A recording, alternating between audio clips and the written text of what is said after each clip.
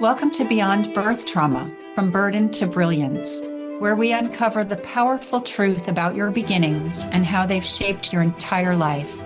I'm Shannon O'Flaherty, and in this show, we are not just exploring your birth, we are dismantling the chains of generational trauma.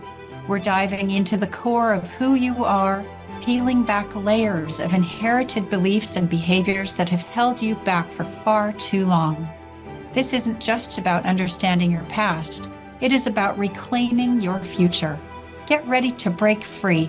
This is Beyond Birth Trauma, From Burden to Brilliance, and your transformation starts now.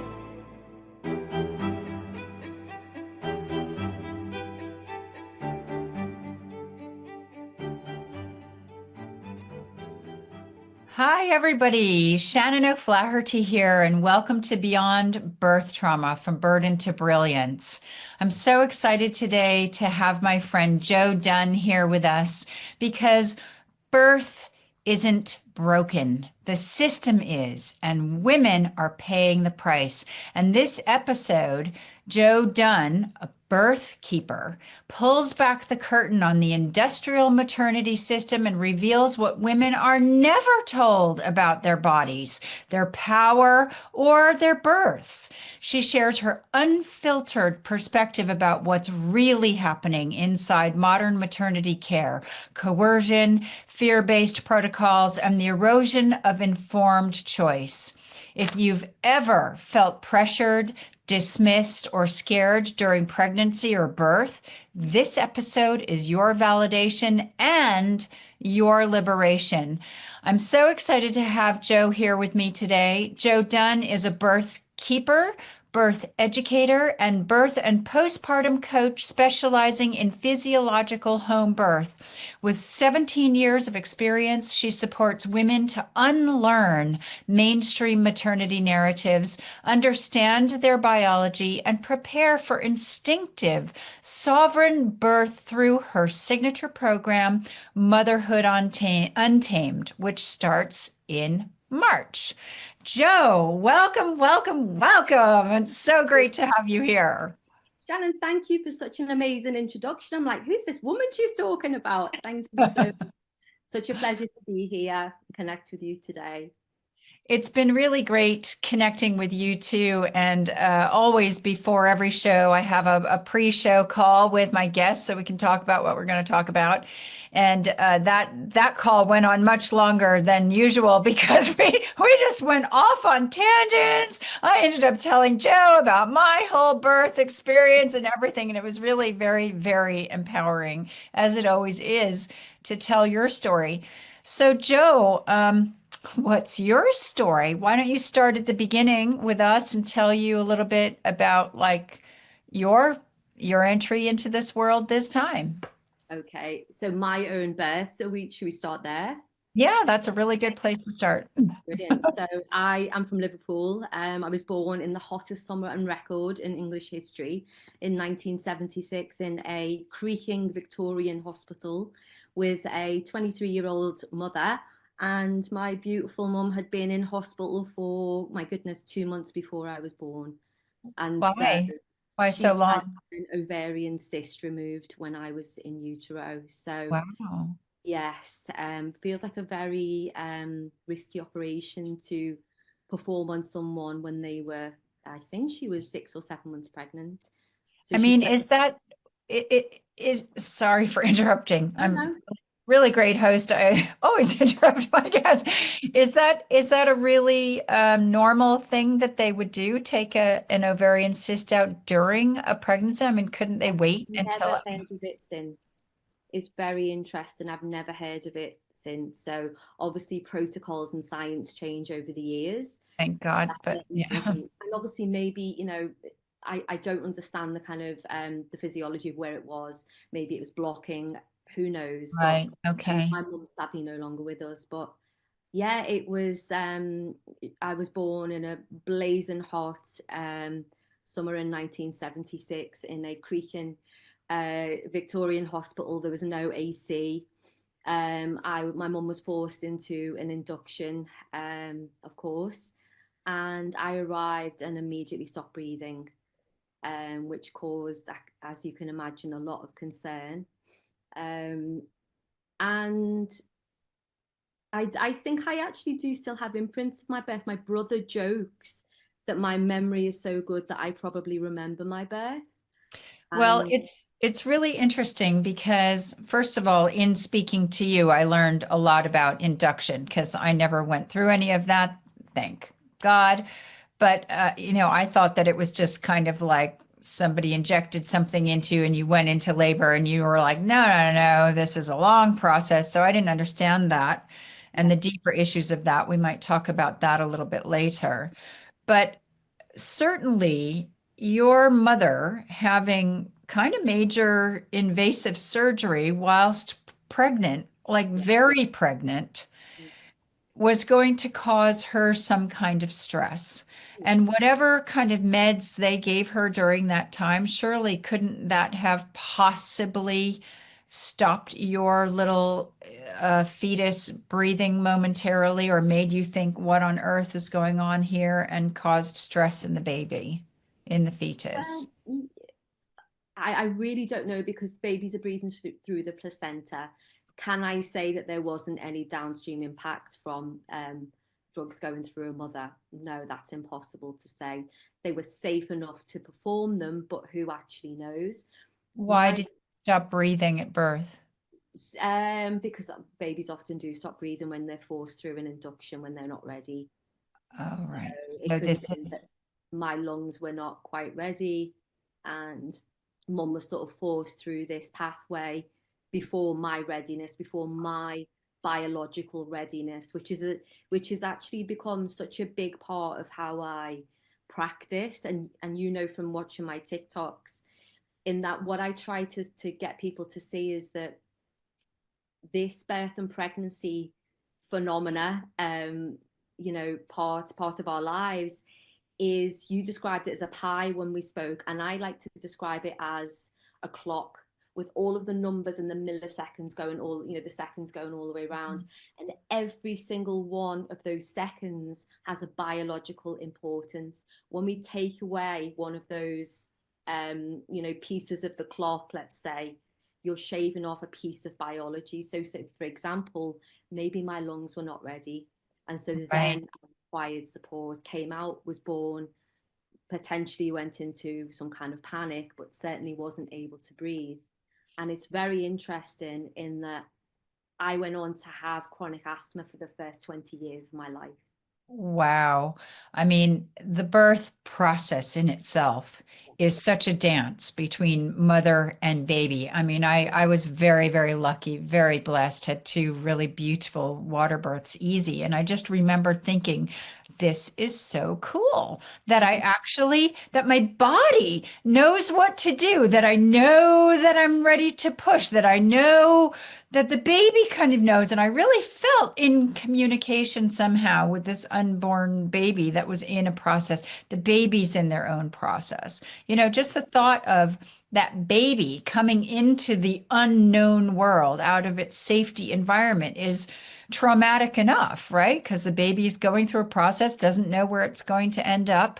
Yeah. And then if you come out and you have issues on top of it, that's even extra trauma. Now, were you put onto your mother? Were you whisked away? What happened? Do you know? Away.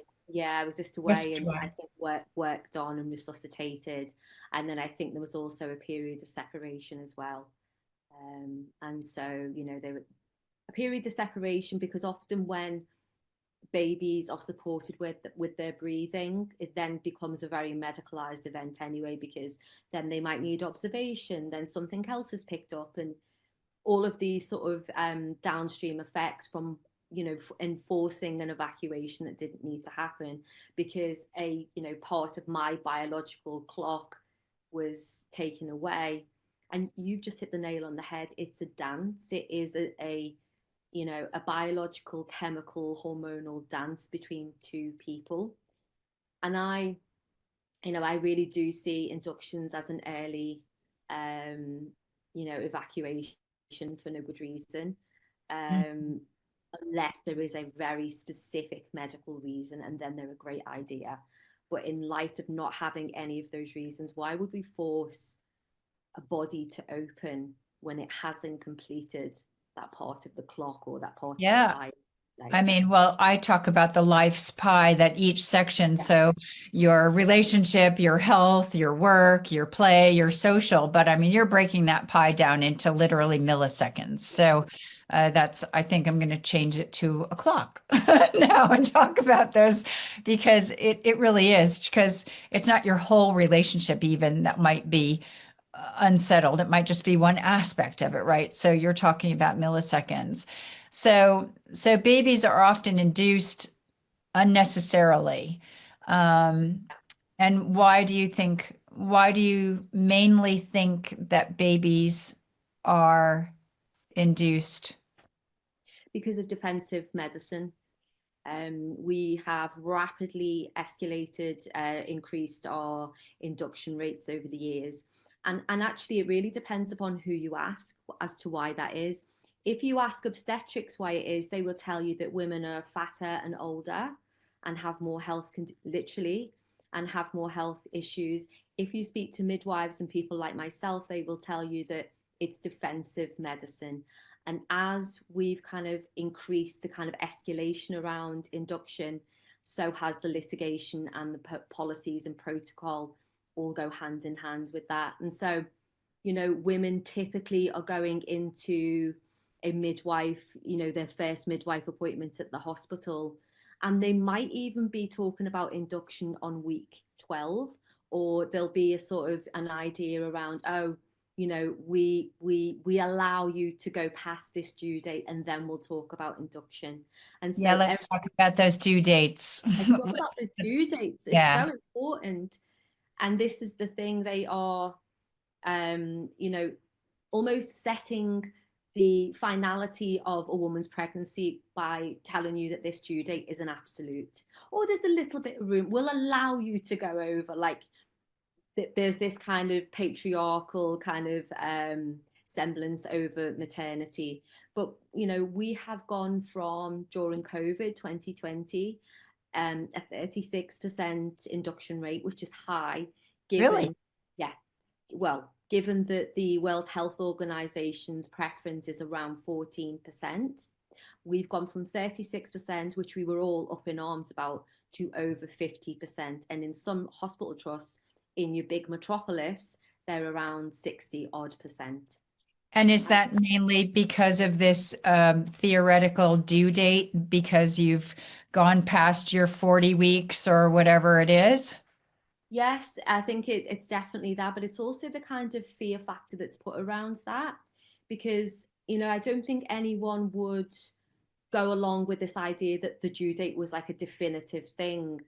What actually is underneath that is these ideas that your placenta will start to degrade and fail, and the placentas only last a specific, they'll start degrading after 41 weeks.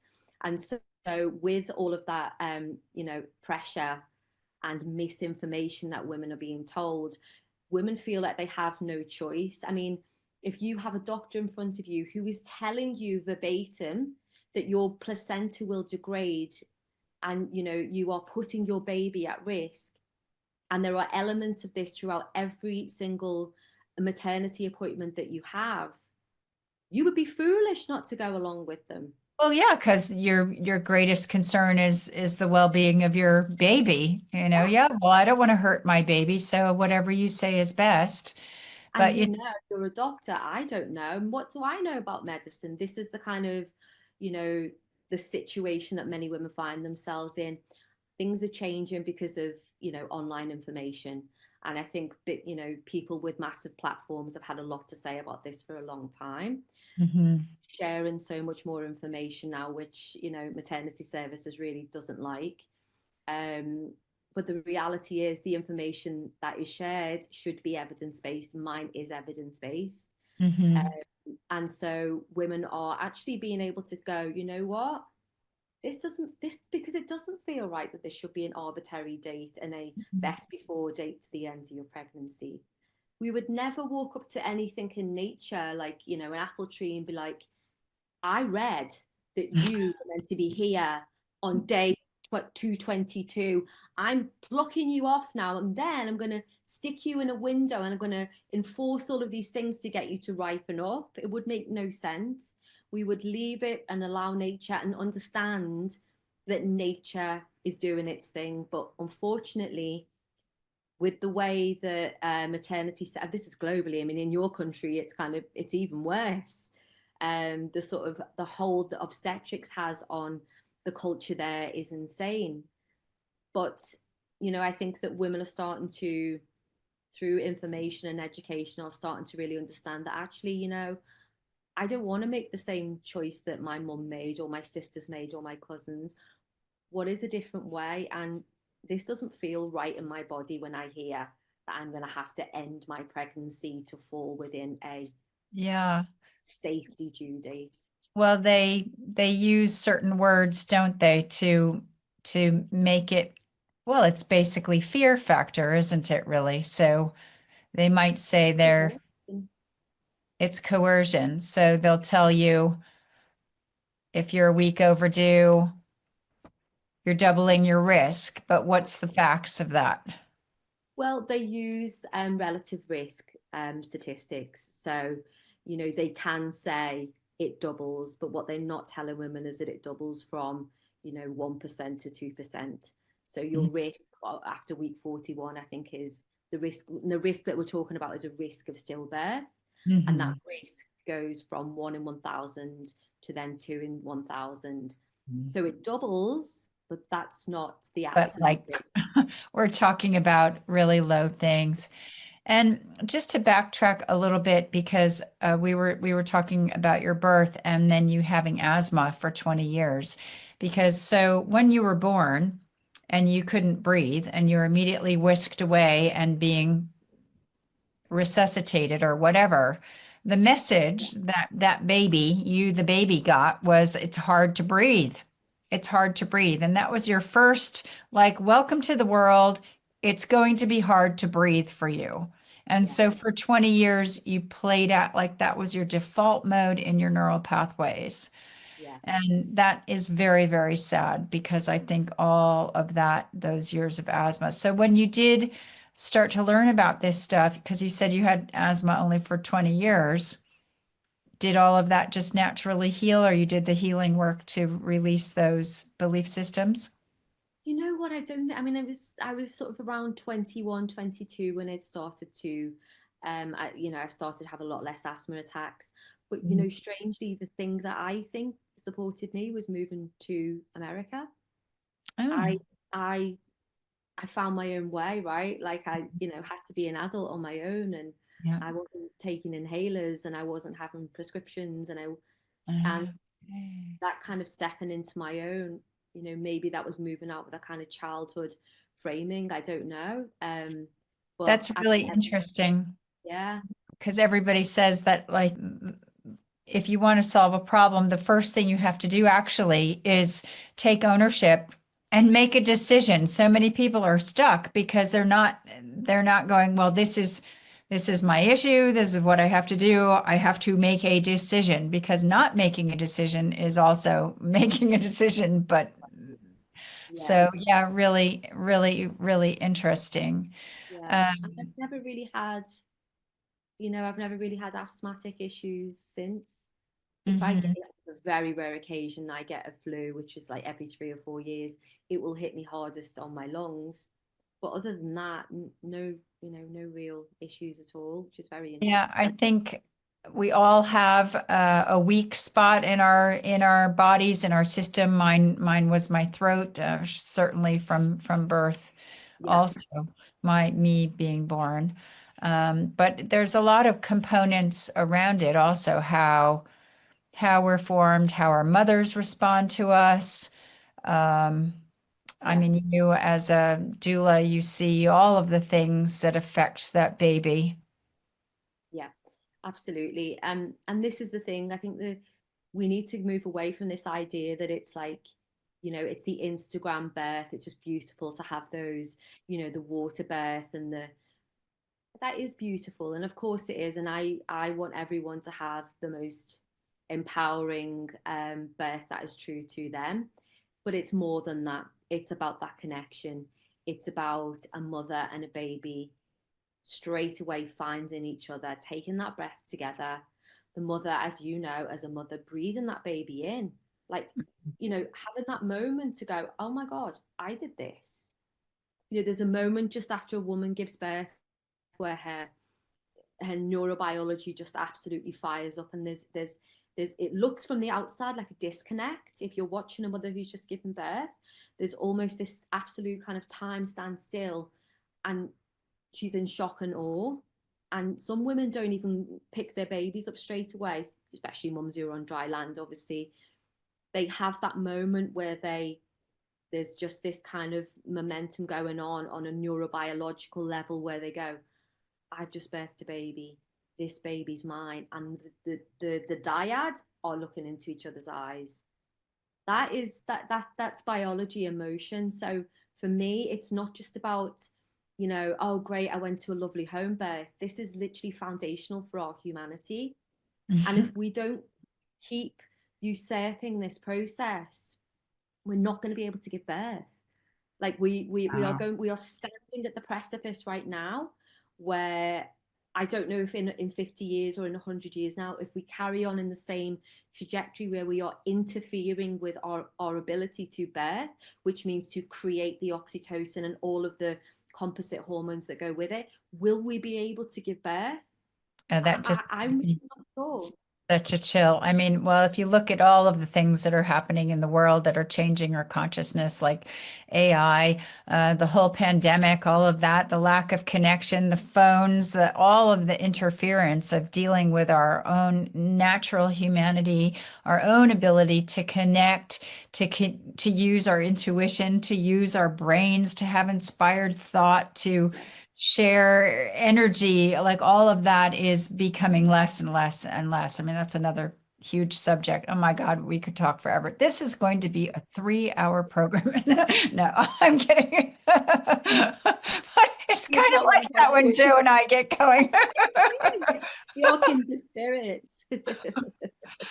So, Absolutely. yeah. Absolutely, that's an absolutely amazing story. So I think somewhere, maybe even in introducing this show or you in the summary of the show before, I called you a professional doula, and then you said, no, actually, I'm a birth keeper. So can you enlighten us? And I apologize. No, not at all. No. I was trained as a doula. I didn't just train once, I trained twice, because that's me all over. And I trained with an authentic free birth midwifery thing a few years ago. Um, which is actually quite controversial at the moment. We can come back to that shortly. But I did train as a doula, and I did practice as a doula, and they are akin. Like, I'm not saying it's a completely different thing. Doulas Mhm. tend to work with alongside the system, working in the system, supporting mothers in a hospital space. My question as a birth keeper is always, do you require the system? Okay, how do we navigate that? Is this necessary? Okay, how do we move forward in the best way that preserves your physiology and you as a human? Mhm. As a birth keeper, I'm looking at, the entire event. Many doulas would say the same, but I'm really uninterested in working in alongside hospital systems, because I don't see how they support birth physiology. I think they are magnificent places if you need medicine and clinical Yeah. support. And Yeah. I'm so grateful that we have them everywhere. And I'm Mhm. so grateful for the staff in them. And this is not me making a sort of pledge that I am anti-medicine. I really don't That's prefer that rhetoric. important. Yeah, me too. Very I'm not important. against mainstream anything, No, but we not ought to all have the choice, right? absolutely. So, what led you to becoming a doula in the first place? Yes. So it'll be coming up to 18 years next year, actually. A dear friend of mine, I was a nanny at the time, we became a good friend. She nannied next door to me, Sarah, and she was 5 months pregnant. And I got a phone call one day when she was 5 months pregnant, telling me that her partner had passed away on the football pitch. He Oh suddenly my, died. oh, that's awful. Yeah. Very healthy 35-year-old man. no former illnesses to speak of, certainly no diagnosis. He died of a massive heart attack because it was found that his heart was essentially, and this is complete layman's terms, I'm sorry if any heart people are listening, consultants, his heart was rewired, was wired kind of back to front. Wow. And so it was going to happen. Wow. Yeah. His time. So what happened? What happened? So Sarah asked me to be her birth companion. And yeah, of course, I can do that, knowing nothing other than, how the baby gets in and how the baby gets out and very little in between. Went to some hospital antenatals where we kind of laughed and giggled all the way through, and then went and got cake. Um, and then nearly 2 weeks over her due date, Sarah went in for an induction, and I didn't leave her side. I was there with her for over 36 hours. And on the day, it turned out to be a beautiful water birth. I was with two midwives, one student midwife, and actually the kind of leader of the labour ward at the time, Belinda. And after the birth, they took me aside and said, are you a doula? And I said, no, I'm from Liverpool. They're like, no, no, no, doula's not a place. I just didn't register what they were talking about. I thought it was a Well, you place. just given birth, essentially. Well, yeah, going Right. for 3 days. And they said, look, we thought you were trained. You've just performed the role of a doula, and we were here doing our clinical thing. And it was incredible. Like, if you don't go home and Google this and make it your career, then this is your calling. So that's what I Nothing did. like the universe knocking loud and clear on your proverbial door, huh? Hey, honey, this is what you're supposed to do. Yeah. And so, did you already have the psych degree at that point? I did psychology a few years before, and Mhm. did very little with it, and feel like I've done very little with it since. So it's, one of those things you're like, okay, I did that, not really sure why, but here we are. And you said that you were a nanny and a maternity nurse, but that's not what most people think that is. So maternity nurse in the UK is someone that ostensibly looks after babies sort of around the clock. You're responsible in the home. There's no clinical background. I guess it kind of goes back to kind of like, the old nursemaids, and we kind of haven't relinquished that name of nurse next to it, but it isn't a clinical role. Really, it's a kind of you tend to be with people for a couple of weeks at a time, supporting them around the clock, and you have one day off. Hmm. I did that for a short time and sort of fell out of love with it. And then this whole doula thing happened, and actually just kind of turned my life around, turned my perspective, you know, made me sort of question everything, made me look at the lens at how I was looking at the world, how I, understood medicine, uh, Hmm. how I guess, I don't want to sound really hokey, but how I understood humanity as well. Well, you're birthing babies. It does make you think about the bigger questions, doesn't it? So you Yeah. did your midwifery training, is that right? So, no, No. doulas are not midwife trained. There is midwives who are responsible for the clinical aspect of supporting birth. Okay. Birth keepers are not responsible at all clinically. And so Okay. I attend birth and I don't give any form of medicine or clinical support whatsoever. So you Um, did doula training. I did two doula training, yeah, yeah. And then I went through the recognition process with Doula UK to become a recognised doula. Yeah. Hmm. Hmm. And you did the first training in 2009 and then again in 2011 Mhm. with Michelle O'Donnell. Right. Yeah. So Michelle O'Donnell is a bit of a legend. He's died quite recently, I believe, in September, and he's just like this incredible. I think when I did the course, he was like very late 70s, maybe early 80s. Sounded like he just stepped out of a Parisian street. And just this incredible man. And he'd started as a obstetrician and very quickly moved away from that, recognizing that you know women's needs were not being met, and the care and support and the love that was required was not being found inside a hospital ward. And Hmm. so by the time he died, I think he was a home birth obstetrician who basically did absolutely very little. And I think he supported over 2,000 babies to be born at home. Wow. And is that why you really decided to be a doula rather than a midwife? Well, midwifery was never really my thing. I never, because to do a midwifery degree in the UK, you've got to work for the NHS, and I'm not going to do that. Hmm. There's nothing in me is good that is going to work in the NHS. I don't want to be clinically trained because, from my perspective, I don't. I can only see that midwifery is moving towards a very obstetric path. Hmm. Very quickly, I saw that. I'd say around about the time that I did the course with Michelle, I could see there's an adjacent overlap with midwifery and sort of doula support, but actually the clinical side of it was never ever what I wanted to do. Hmm. Today, there's wild horses couldn't drag me into midwifery because it's not the midwifery that you know that we consider midwifery. It is obstetric nursing now. Didn't you tell me that midwifery, the old German word for midwifery, was with With, woman? so it means with woman. Midwifery.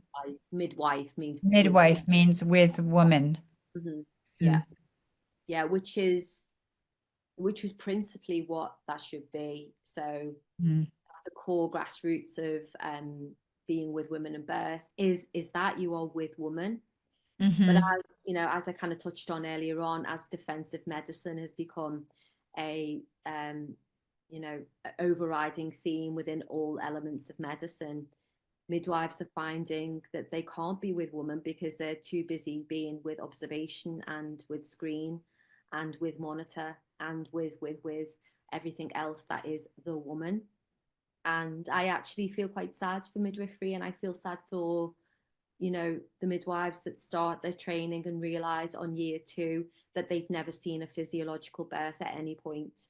How are you 2 years into a degree and you've not seen? I have two friends. I mean, this is just two of my friends, but the amount of times I've heard this said across both my platforms and in my DMs that I've never seen a physiological birth. I'm in my second year, and this is Wow.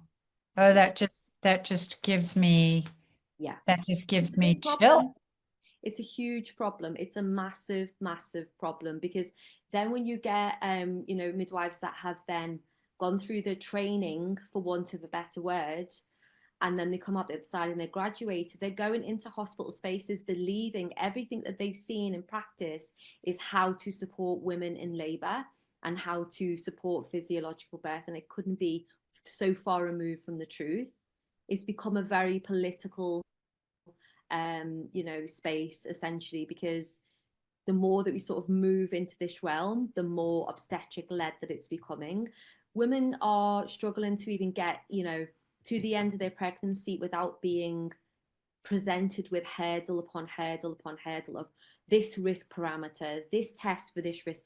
We need you to take. It really is a cacophony of um, clinical mess that is just not Wow. allowing women to be in their own physiology. And then the people that support within that system are all shoehorning for women to be on this conveyor belt of care. And, this is why you constantly hear women, you're not hearing women en masse telling you that they're having a good experience in hospital. Now, I hear more upsetting birth stories, especially in my work, because I do take my clients back to let's talk about your birth to see what Yeah, these early imprints are. I'm just yeah. sitting here counting my lucky stars that I had like the coolest midwife for my first baby. And wasn't planning All a for water you. birth, but I got one anyway, and she was awesome. Yeah, So can you tell us some experiences? Obviously, change the names to protect the innocent, but sure. can you tell us some of your experiences? Well, I'll give you my pivot story. One of the reasons that I stepped away from, I don't think we touched on this on the podcast so far, but one of the reasons that I stepped away from supporting in hospital is this story that I'm about to tell you. So during COVID, I supported a family, and initially this woman really wanted a home birth, but it was COVID, and so they diminished all of the home births. And okay, she was going to go into the birth center. Her waters broke, so she was going into labor. And, sadly, she called the hospital to let them know, which I don't think was really on her side. I wasn't there at the time. People do what they do. So on this phone call, there was myself, the woman and her partner, and the midwife, and this kind of four-way conversation. And the entire conversation moved around themes of the midwife's comfort. I would really prefer it if you came in, for monitoring, your waters broke 12 hours ago. We really need to get an induction going before 24 hours. So I was presenting her with the evidence, and the risk of uterine infection is less than 5%. Yes, I know, but it doesn't make me feel comfortable. And so when I reflected this to the midwife, like, her comfort wasn't really our issue. The comfort in the scenario was the woman and what she wanted to do. Did you say that on the call? Oh yeah, absolutely. Yeah, of course I did. How did that go over? Well, she tried to talk me down, as they do, and they do this thing quite often. Any sort of clinician does this thing where their kind of snapback responses to tell you all of the awful times that they've seen uterine ruptures go, with babies having infections, and then ended, no, hold on to this, what I'm about to say. And then babies ending up in NICU, and we don't want a baby ending up in NICU, right? Hold that. Neonatal. Neonatal intensive care unit. Okay, so I drove the woman in to go into hospital, where they then coerced her into an induction. I was not allowed into the hospital. Her partner was only allowed in when she was in established labour, and had an atrocious, traumatic birth. None of the things that she wanted, she had. And the baby came up and ended up in NICU because the baby stopped breathing and Ready to was come. wasn't in a good place, and ended up in NICU for 2 weeks on multiple antibiotics, all of the things. Oh, and the antibiotics. I mean, I had a lot of antibiotics when I was a baby, and yeah, they caused a whole bunch of problems. Yeah. Same, yeah. And so this idea that, we save one situation by giving you another is absolute baloney, because had that woman had not have had that conversation and simply been allowed to feel into her own body, and of course make a observation on herself, does this feel right? Do I need to do something? Are the waters not clear? Should we? But allow herself to kind of dig into her own knowing, and, Hmm. and the information that she had. She was not allowed that, because this midwife was not letting it go. And I've known other scenarios where midwives or doctors have just called and called and called people's phones until, I've known this in a home birth situation, until they've got that woman to acquiesce and go in and do exactly what the clinician wants them to do.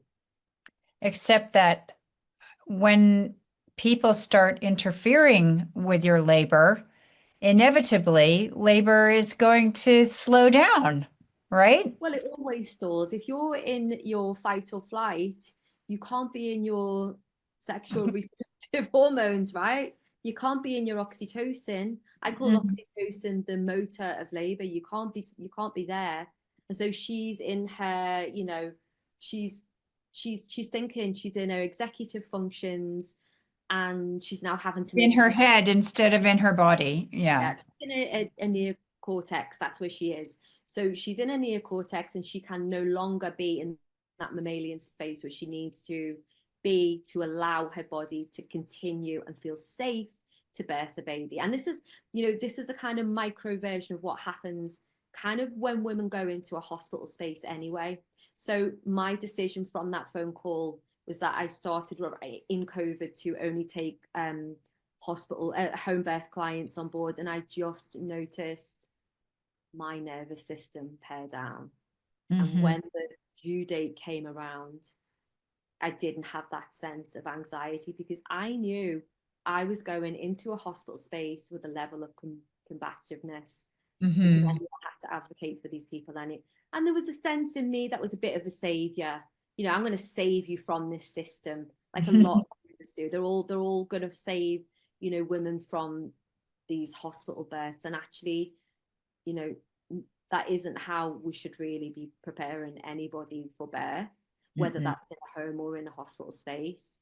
I Um, remember all the other mothers in my parent having a baby group. They're like, "Oh my God, your birth plan is going to be like a thesis." And it wasn't. It was one page and it basically said, "Leave me alone. Don't touch me. Just let me get on with things and let me just birth this baby like by myself." And yeah, the first midwife was really cool. I gave birth in the bathtub. They weren't even doing water births yet, so that was awesome. And then by this time, my second baby came around in a proper water birthing pool in the hospital. She was trying to interfere with me much more, but now I'm a strong personality. And I was just like, look, and I knew my waters had broken only minutes before birthing my second baby. And she's like, oh, well, let me check. I'm like, you don't need to check. I just did this like 2 years ago. I'm telling you, this is what's happened. Just let me get on with it. yeah. Like, why would somebody need to stick their hands in you and check? That would have stopped yeah. So, Course. And I've been in those scenarios many times. Like, what value does it give you now to insert your fingers inside a woman's vagina when she's trying to push her head out? That it doesn't tell you anything because actually a skilled midwife or that's seen lots of physiological birth, when a woman's about to push a baby out. It's yeah. pretty obvious. Yeah. It's And about a number on a piece of paper. in your body when the baby is coming out, you know when to push, Yeah. and also being told to push when you're not ready to push. That's like a really strange thing too. Like without ever having done it before, I knew what to do. It was just A absolutely. reflex. This is the thing. It's a reflex, and so it's not even a thought process. And in fact, when women are in that scenario and they're kind of going, "Should I push? Should I?" It's like, no, everyone just needs to be quiet in the room, and that reflex will kick in. This is a biological reflex. We don't need anyone else, like a coach in the room, shouting when to push. If you're in your biology, there's nothing stopping you from having that ejection. It's called the ejection reflex. There's nothing stopping you having that. It's happening. We don't need anyone else in the room to tell us when that needs to happen or how to do it. And so, what about the midwives who come to assist a home birth? Yeah, I mean, I think that's also an interesting sort of part of where I've landed as well, is that, again, when I'm sort of navigating home births, I always say to the women, yes, we're navigating at home, but if you are opening your door to NHS, and I'm sorry to anyone listening to this, NHS midwives, you are also opening the door to hospital protocol and policy.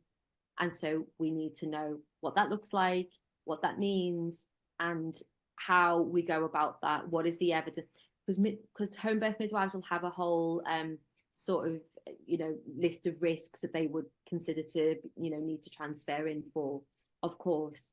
And so what I do with the client is that I go through that list of risks, and I come back with all of the most up to date evidence so that she and the partner on the day can say, actually, no, we're declining to go in. And it's happened many times. We're declining to go in for that reason because it doesn't make a lot of sense. We're not just going to go in for monitoring when we're happy at home and you are monitoring. Why would we do that? Because Hmm. again, wives are under their own guidelines from the They have hospital. to check a list or. Well, it's the licensing, the uh, above them it's the doctors, and above the doctors is the lawyers. And so it's this kind of paradigm that we find ourselves in. I know that any midwife in a hospital space, literally 80% of the amount of times that they've encouraged a transfer, they probably as a midwife didn't want to do that right. But because it they're doesn't make bound any by sense. their. But they're bound. But there's always, you can decline. And, if the science is on your side, we're not talking about serious emergencies here. We're often Yeah, talking I get about, you. let's Mhm. go in for more monitoring. We think maybe you should. That's a conversation. That's not an emergent situation. I Mhm. mean, never stand in the way of an emergency situation. Yeah, of So course not. much of it is dressed up in this idea that, um, we have to do something. And so the having to do something often extracts women out of their home way before they actually need to. And so Mhm. someone like me in the space who's doing a lot of preparation beforehand is making women very aware that if you are navigating this alongside NHS midwives, here's how we do it. I mean, I had a friend who she's not a doula and not a midwife, but she birthed her friend's baby and the baby needed turning around and she managed to turn the baby around when it was still like, it was like a complicated thing and managed to get the baby out. I think head first, I'm not sure, but like that would have been a rush to the hospital job if they'd been in a hospital, but they were in Peru at the time. So I mean, I she wouldn't did trust her. anyone sending Yeah, babies. she really helped this woman get this baby out healthy and well in a natural process, in a complicated natural process Or with maybe the baby was back to back, and so she maybe was something like that. It was a needing to move the baby around somehow, but I don't yeah, know all maybe the sometimes facts. in what we call malpositions, and it's not the most optimal position. And so if a woman's having heavy back labor for quite a long time and the contractions seem quite close together, that often tells us that the baby's in what we call OP, occiput posterior, which is back to back. Yeah. Hmm. And there's And things that we would do positionally and with biomechanics that, we would support the woman to help turn. But some babies want to be born that way. and they can be And they can be. born Yeah, naturally that way. And what about breech babies can also be born feet first, right? it can. But again, we are de-skilling. We're de-skilling all of our obstetricians and really midwives as well. It's again, anything that presents with the vaguest of risk is always a hospital birth. So many babies now that are breech are born via C-section, whereas you Oh, wouldn't have been getting that 30, 40 years ago because it was seen as just another presentation. But now, because of defensive medicine, and anything that's considered a potential risk factor in breech and breech does have some risks. However, with skilled hands and knowledge around it, it's fine. And sometimes breech babies are just born. We don't know. They turn and they're just born, and that's that's how it it. is. Yeah. Yeah. Wow. I was at a Wow. breech birth in a hospital on New Year's Eve once, and luckily, it wasn't luckily advocated. She birthed vaginally. Yeah. And the baby came out feet first, probably jumping into life feet first. Up first, but yeah, little bottom first. Wow. Oh, the bottom comes out first. Yeah. So there's different presentations of breech. Yeah. Wow. I mean, it's amazing we can even do this at all. It's amazing anybody can get pregnant in the first place. Did you see what that poor little egg has to go through the sperm? Oh, it's amazing. Well, this is the Wow. thing, isn't it? It's like, we all kind of lament that it's a miracle. And it is a miracle when you look at the odds of it and you understand the kind of the chemistry that takes place in order to facilitate that meeting. And then, the flash of light and all of the chemistry around the fertilizing the sperm and the egg. It's just incredible. And then we lose our sight with it because very early on in the pregnancy, women become um, you know, very understandably in the culture that we're in, concerned about safety. And we lose that mystery. In fact, we don't lose it. We literally wash it out of women. We will not allow any element of mystery within this space.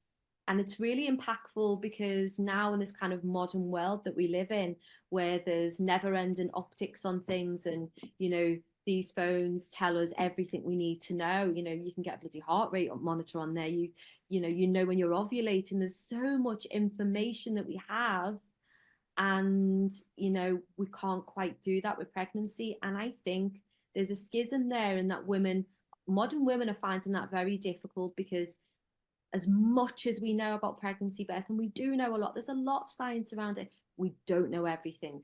And the other thing is that we can't see it. It's not, a lot of it is not on an optic, is not on a, a digital screen.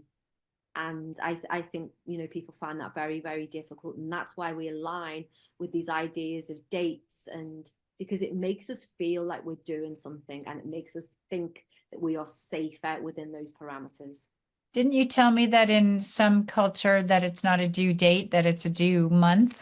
Yeah, Yeah. it's a due month. They go by the kind of, obviously they go by the moons and they go by the seasons, and Hmm. there's a lot of Hmm. guesswork, and it's like, oh right, okay, yeah, okay, she's in labor, so it's, I guess it's now then. And I mean, every woman is different. If you just even look at all of our menstrual cycles, that like not everybody is 28 and a half days. Not everybody, right? Some people have massively different cycles with massively different experiences. And you'd never induce like a dog in No, labor, right? You'd let the dog have puppies in its time. yeah. Absolutely fascinating. Absolutely fascinating. Tell us quickly about your Friday fuckery. Anyone who follows me will know that I'm prone to a little bit of swearing. I've got a mouth like a sailor.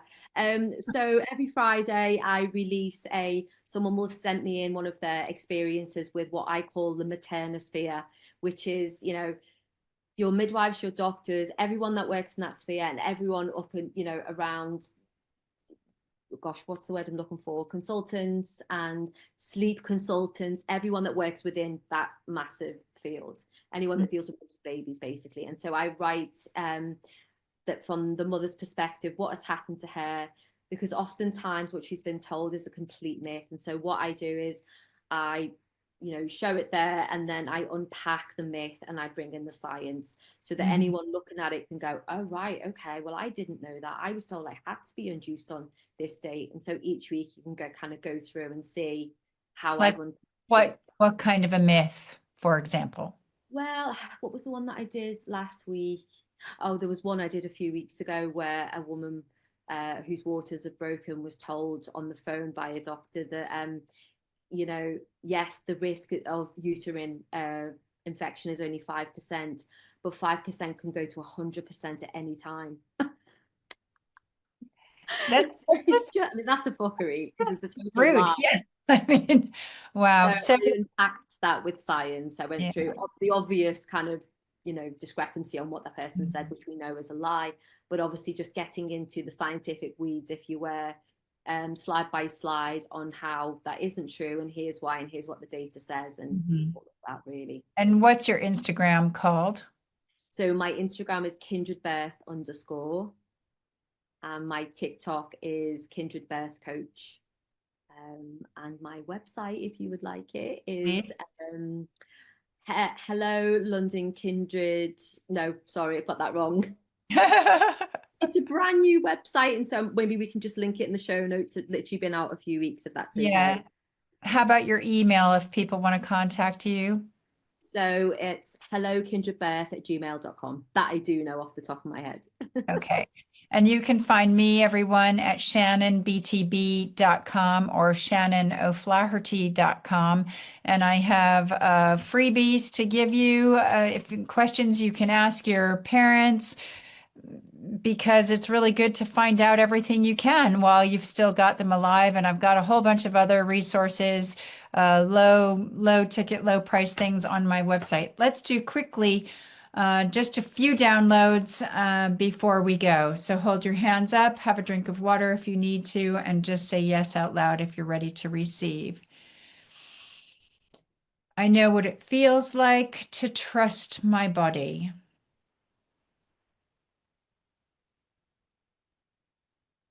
I know what it feels like to trust my instincts and my intuition.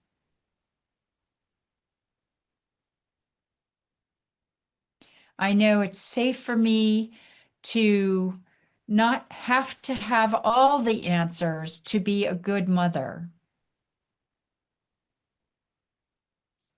And I can revel and enjoy the mystery of life and birth. Now, in every cell of your body and every level and plane of your existence. So, Jo, If you had one thing that you wanted our listening and viewing audience to take away from this conversation today, what would it be? I would say that pregnancy is an invitation to come home to your body and to tap into that well of wisdom and knowledge that you have in every cell of your birth and female body. So many of us have navigated a pathway of sort of modern femininity where it's not really been about what we have in our core and what we are able to do, and just be held in that space and yeah, tune into that, find that deep inner wisdom. Yeah, remember that we all have all of the answers within us. It is about sitting still and getting still, staying in alignment and tapping into our inner knowing and our higher self. Jo, thank you so much for being my guest today. It's always fascinating to speak to you and such a pleasure. And I've learned so much talking to you as always. And you can find either of us and remember to look Jo up and look me up. Go to my website and see what's on offer there. If you have an amazing birth story, it's very empowering to tell your story. And I would really love to hear from you. I'm always looking for new guests to interview. Let's talk about any subject you want. We all go back to our birth imprint. Thank you so much. And Love you all, and I'll see you next time. You have been listening to Beyond Birth Trauma, From Burden to Brilliance with Shannon O'Flaherty on Transformation Talk Radio. On the second Tuesday at 10 a.m. Pacific Time, we connect the dots between your ancestors, your birth, and the patterns that keep you stuck, guiding you to a place of profound healing and unstoppable brilliance. By examining and healing your cellular imprint from birth of how you perceive and respond to the world and the challenges that are created in your day-to-day life, we can begin to heal and live more balanced and fulfilling lives. For more information, visit shannonbtb.com. That's shannonbtb.com.